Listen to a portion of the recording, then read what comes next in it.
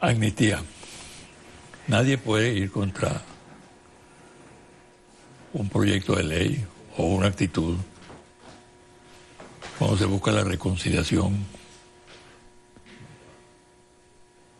objetarlo, cuestionarlo de buenas a primeras, no tiene razón de ser para mí y creo que para ti también. Pero hay amnistías y amnistías, ¿no? Claro. Porque ante todo, a la hora de hablar de amnistía debe privar el concepto de justicia. Tú tienes un cargo muy importante y una trayectoria muy importante en materia de derechos humanos, de lucha por la dignidad humana. Has estado involucrado en una gran cantidad de procesos y has luchado por la libertad de gente que estaba, Claro, es verdad. absurdamente condenadas, ¿no? Por cierto. Así es. Bueno, este proyecto luce como una aberración, ¿no? Porque está destinado exclusivamente a beneficiar con un sentido político, al margen de toda noción de justicia, a una serie de personas que están incursas en graves delitos. Tarek William Saab, ¿qué opinas sobre el particular?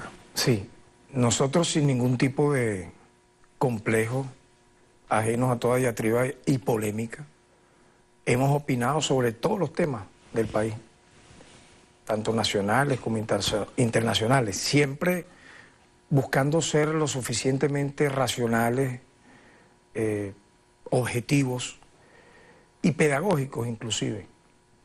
Fíjate, José Vicente, cuando tú estudias, porque estos son temas que hay que estudiar, no lanzarlos como un megáfono estilo consigna, estilo graffiti. Estos son temas que merecen repasar la historia.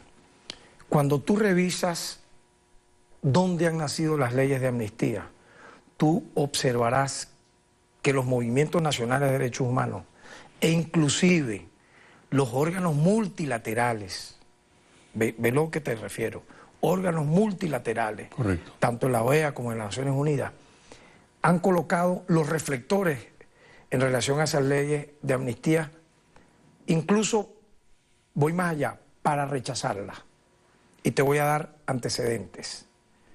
Cuando ocurrió, por ejemplo, en el caso de Argentina y Centroamérica, que se quiso amnistiar a personas que participaron en violaciones a derechos humanos, en homicidios, en crímenes de lesa humanidad, y fueron consideradas dichas leyes de amnistía como algo así, una especie de autoperdón, leyes para el autoperdón, donde las víctimas, y ahí vamos, fíjate que empezamos hablando del caso de Tumeremo, y lo primero que tú y yo coincidimos fue que lo más importante era acompañar a los familiares de quienes denunciaban hechos punibles y que eran víctimas potenciales, en este caso desaparecidos.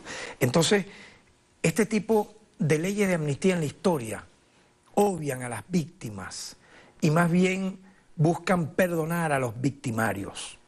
Te pongo los ejemplos anteriores, pero pudiera irte entonces ya siendo técnico, siendo profesional, como especialista en la materia ahora, sobre esta que se presentó. Yo creo que los que quisieron hacerle un favor a quienes pudieran ser objeto, y yo nunca voy a estar negado a eso, lo digo aquí con la responsabilidad y la autoridad moral que tenemos en esta materia. Yo no puedo estar al margen, por ejemplo, de que revisen casos por caso para que se otorguen desde medidas humanitarias hasta libertades condicionales o hasta libertades absolutas. De hecho, hemos mediado como órgano del Poder Ciudadano junto al Estado. No es una cuestión individual de Tarek William Saab. En 14 casos. No voy a enumerar quiénes son, la opinión pública sabe quiénes. Algunos muy conocidos, pudiera nombrarte algunos, medidas humanitarias a favor de Ledesma, de Ceballos, de Baduel, libertad condicional para él, entre otros.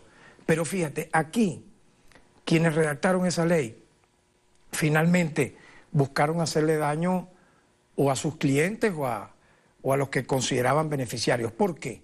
Porque mezclaron cosas terribles como amnistiar a quienes han cometido delitos de corrupción administrativa, estafas inmobiliarias, actos lesivos incluso a la vida humana. Por ejemplo, participación de autores materiales, ya estamos hablando de autores incluso hasta materiales, de homicidio. Claro. Ocurrido, y ve lo grave, José Vicente, desde el año 99 hasta la fecha. Ahí, por ejemplo, quedarían libres los que mataron convictos y confesos, por ejemplo, a Danilo Anderson. Los que participaron en estafas bancarias. Y pareciera que fue como que una rebatiña, un vestido hecho... Narcotraficante. No, allá iba. No, hecho para todos, sí. Porque si tú agarras el Código Penal venezolano, ellos pareciera que vaciaron todo lo que son los artículos del Código Penal venezolano y poco a poco ir hilvanando esa llamada ley de amnistía para beneficiar a estas personas. Entonces, siento que acciones como esa, pregunto yo al país, traería como consecuencia la paz y la reconciliación. ¿Qué dirían, por ejemplo, los que aparecen señalados no como victimarios, vamos a hablar ya como sujetos lesivos a sus derechos en el hogar, de haber perdido seres queridos, de haber sido estafados inmobiliariamente, de haber sido dañados con un tráfico de drogas, de haber sido torturados, etcétera, por eventos que van señalándose cronológicamente uno a uno, desde el 99 hasta incluso cuando se apruebe la ley, hasta incluso. Es decir, cosas que pudieran pasar ahorita, supóngase usted, los asesinos de la señora Ergueta, los asesinos de Adriano Urquiola, entrarían allí. Casos que conmocionaron a la opinión pública. Por ello, en esto nosotros somos, José Vicente, muy responsables. Yo creo que no estamos en contra, repito, y sí, te lo digo tajantemente y de manera clara, eso lo conoce la opinión pública, de que se pueden revisar los casos. Vamos a revisar qué caso puede merecer dentro del Estado de Justicia y Derecho un beneficio, llámese libertad condicional, libertad plena, medida humanitaria. No estamos ajenos a eso, pero en un combo colocar todo esto le hace daño incluso a quienes pudieran ser beneficiarios de una medida de este tipo, porque no puede haber perdón sin que previamente haya una justicia. Y eso lo establece la Convención Internacional que rige toda esta materia, instrumentos, el Pacto Internacional de Derechos Civiles y Políticos, la Declaración Universal de Derechos Humanos, la Constitución nuestra. Y fíjate otro detalle para concluirte la idea. Las leyes de amnistía han nacido cuando han sido históricas y que unánimemente han tenido apoyo, unánimemente. Por ejemplo, en la época del apartheid en Sudáfrica. Dios mío, ahí había que, obviamente, reconciliar, ¿cierto? Claro. Una nación donde por tu tipo de color no era gente, eras exterminado, parecido a la época del Imperio Romano, donde ser un preso y convertido en esclavo o gladiador, según el derecho romano, eras menos que un objeto material, por lo tanto podía ser asesinado. Es decir, yo entiendo que sí pudiera darse esas cosas a través de lo que se llama la justicia transicional. Vamos a estudiar lo que es eso. Cuando un país, por ejemplo Colombia viene una guerra de 70 años, donde yo creo que han habido decenas y millares y centenares de miles de víctimas. Allí está el Estado y los grupos insurgentes dialogando con apoyo de toda la sociedad democrática para que cese esa circunstancia que vive Colombia.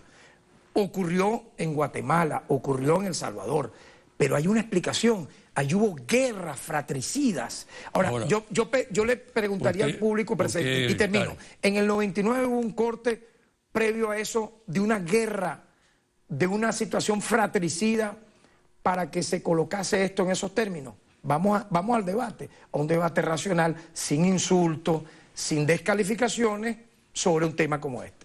Pero fíjate tú, yo creo que hay algo más de fondo, ¿no? ¿Qué discute en este momento la Asamblea Nacional? ¿No? ese proyecto de ley, que de aprobarse crea una impunidad absoluta en el país. Auspicia la impunidad, por un lado. Y por otro lado, genera la inconformidad, la frustración de miles de víctimas en el país. Miles. ¿No? Miles de víctimas. De múltiples delitos. Exacto. Eso por un lado. Luego están discutiendo, han empezado a discutir la manera de sacar al presidente Maduro de Miraflores. ¿No? Uno ve que detrás de esta cosa hay un trasfondo golpista, aventurero. Me parece que ha llegado el momento de hablar con claridad al país, de denunciar lo que se está promoviendo. Nunca se había conspirado en Venezuela de manera tan franca y tan abierta como hoy se hace en este momento en el país. Entonces, es parte del dilema que le plantea al Estado de Derecho la existencia de una oposición que no respeta las reglas de juego. ¿No? Una oposición que busca siempre los atajos, que lo viene haciendo desde el 12 de abril del 2002 y aún antes, cuando tomó posesión Chávez ya estaban conspirando esa oposición. Recuerda el paro empresarial de diciembre de 2001, que fue como la activación de todo lo que vino luego. Está en juego la defensa del Estado de Derecho, de las instituciones, de la democracia, de la Constitución. Yo le agregaría, está en juego en este momento la paz familiar y colectiva también de más de 30 millones de venezolanas y venezolanas y de residentes extranjeros. Porque, ¿qué nos dice nuestra experiencia? Una experiencia directa, o sea, aquí no es solo que uno haya estudiado Derecho o haya tenido posgrado en Derechos Humanos o Derecho Penal, eso pudiéramos dejarlo al margen, es lo que uno ha vivido en el día a día, desde su época de dirigente estudiantil, de un liceo, en el caso nuestro, el Briceño Méndez en el Tigre. Fíjate, la paz es un derecho humano colectivo totalmente inalienable. Y cuando tú destruyes posibilidades o puentes para dialogar, y alguien me decía, oye, ¿por qué tú siempre hablas de diálogo, de que vamos a tender puentes? Hay gente pues que tal vez no pudiera entender estas señales que uno quiere dar desde nada más y nada menos la Defensoría del Pueblo, que está llamada a eso. Porque es que no le van a parar a eso, hay gente que no quiere eso, no importa.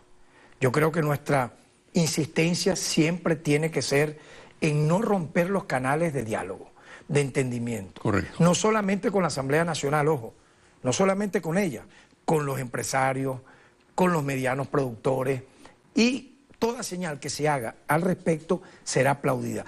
Dicho esto, fíjate, a mí me llama la atención que si Venezuela establece claramente los eventos electorales, los eventos teniendo como arma el voto para dirimir diferencias, para poder avanzar dentro de un marco constitucional en la solución de nuestros problemas, sería inexplicable, es inexplicable. O sea, yo lo he visto así, que tú, ganando la mayoría que tiene hoy el poder en la Asamblea Nacional, las elecciones, en lo personal, no solo las reconozco, nos debemos a su respeto como institución que está dentro del marco de los 5 poderes públicos nacionales. Pero, ¿cómo es eso que te va a declarar un fin, colocar una fecha para el cese del Poder Ejecutivo cuando la Constitución te establece los mecanismos? Tú no puedes decir en 2 meses, en 1 mes, en 4 meses, cesa el mandato del presidente. ¿Qué señal da eso? Ahora, yo voy, para interrumpir un mandato constitucional, si tú te vas a la luz de la Constitución, yo soy constituyente, no puedo obviar eso. Me tocó ser presidente de la Comisión de Derechos Humanos.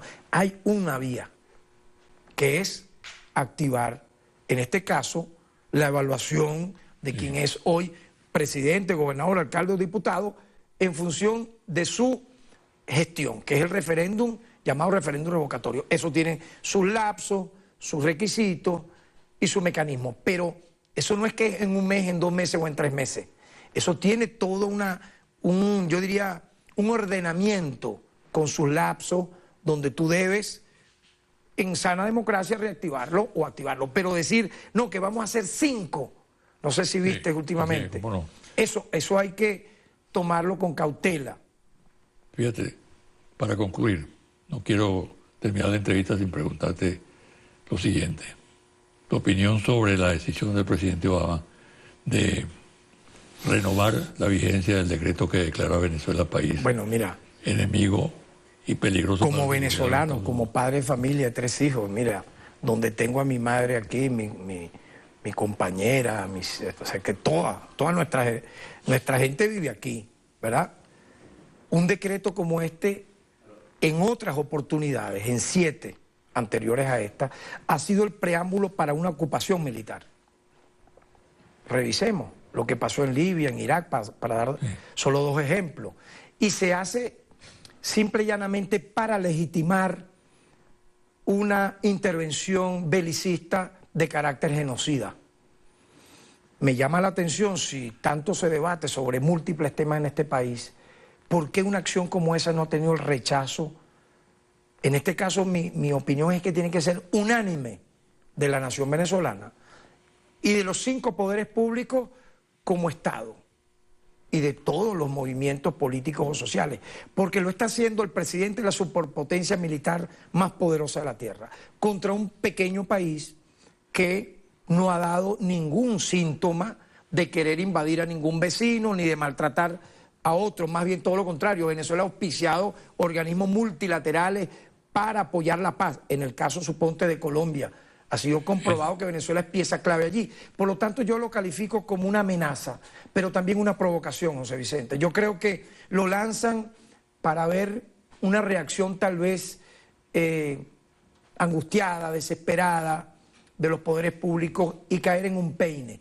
Yo creo que lo que se impone es el rechazo regional, global a esto, y además que está una contradicción del presidente Obama. Él dijo luego de la Cumbre de las Américas que Venezuela no era una amenaza, que eso fue un decreto que él firmó por firmarlo, pero que efectivamente Venezuela no era una amenaza. Recordemos eso, la Cumbre de Panamá. Entonces yo preguntaría, si usted dijo que Venezuela no era una amenaza luego de la cumbre en Panamá el año pasado, ¿por qué renovó el decreto? ¿Qué presiones hay? ¿O qué chantaje está en marcha? ¿Qué tipo de extorsión implica eso? ¿Qué busca generar? Ahora, cuando tú te refieres, Tarek, al silencio de la oposición frente a ese paso de Obama, uno encuentra allí la razón de que mucha gente duda de la oposición, ¿no? Porque no es que se la quiera acusar de traidora a la patria, es que con esa actitud convalida esa afirmación que se hace. Es una oposición que no siente al país, que está digitalizada desde el exterior. Tú sabes que cuando uno habla de derechos humanos, y yo creo que todos los temas que hemos tomado en tu entrevista, tiene como principal preocupación, tanto tuyo como el caso nuestro, es la preservación de la paz institucional, pero también de la paz colectiva y familiar, de la paz social, en medio de un momento donde efectivamente hay una circunstancia económica bastante delicada, que nosotros no la hemos colocado al margen. La Defensoría del Pueblo ha hecho recomendaciones en materia, por ejemplo, de salud, de abastecimiento en lugares públicos, y efectivamente sacar ventaja a una circunstancia que nos afecta a todos, producto obviamente de la caída estrepitosa de los precios del petróleo y de cualquier falla estructural, vamos a decirlo también, falla estructural del propio sistema en materia económica, que podemos hablar en otro momento. ¿Qué debe en un momento como este tener un país? Yo creo que es la unidad nacional, exacto, como ocurre en otras naciones. En otras naciones ocurre con circunstancias como esta, es la unidad del país en torno a la búsqueda de resolver problemas, no de auspiciar, por ejemplo, una guerra. Yo creo que el diálogo es de gente valiente. Así es. Y no la descalificación aberrada muchas veces, donde, por ejemplo, tú estás dando gestos de hacer cosas positivas y tú ves cómo entonces ese factor que te adversa, ponte a la Defensoría del Pueblo o cualquier otra institución, quiere más bien es destruirla. Eso al final, ¿a qué nos llevaría? Y allí termino mi reflexión.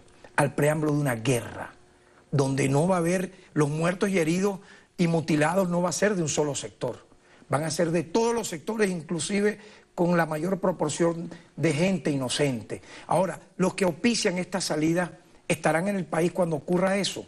¿O tendrán ya todo su plan B, C, D y E para quienes nos quedemos adentro seamos finalmente, y en nuestro país, los verdaderos enlutados? Por eso yo digo que el diálogo es de valientes, y los que auspician acciones violentas y guerreristas, aparte de irresponsables, finalmente los marcará la historia. Yo creo que uno tiene que pensar siempre, José Vicente, en el sentido de la historia, no del ridículo, de la historia. Lo que uno ha sido en el pasado, lo que somos en el presente y lo que podemos ser en el futuro.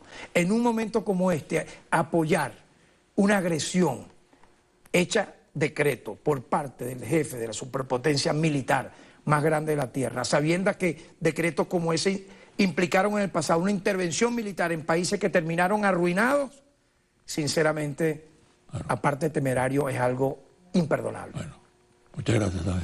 Gracias a ti, José Vicente, por la oportunidad. Una pausa y al regresar los confidenciales.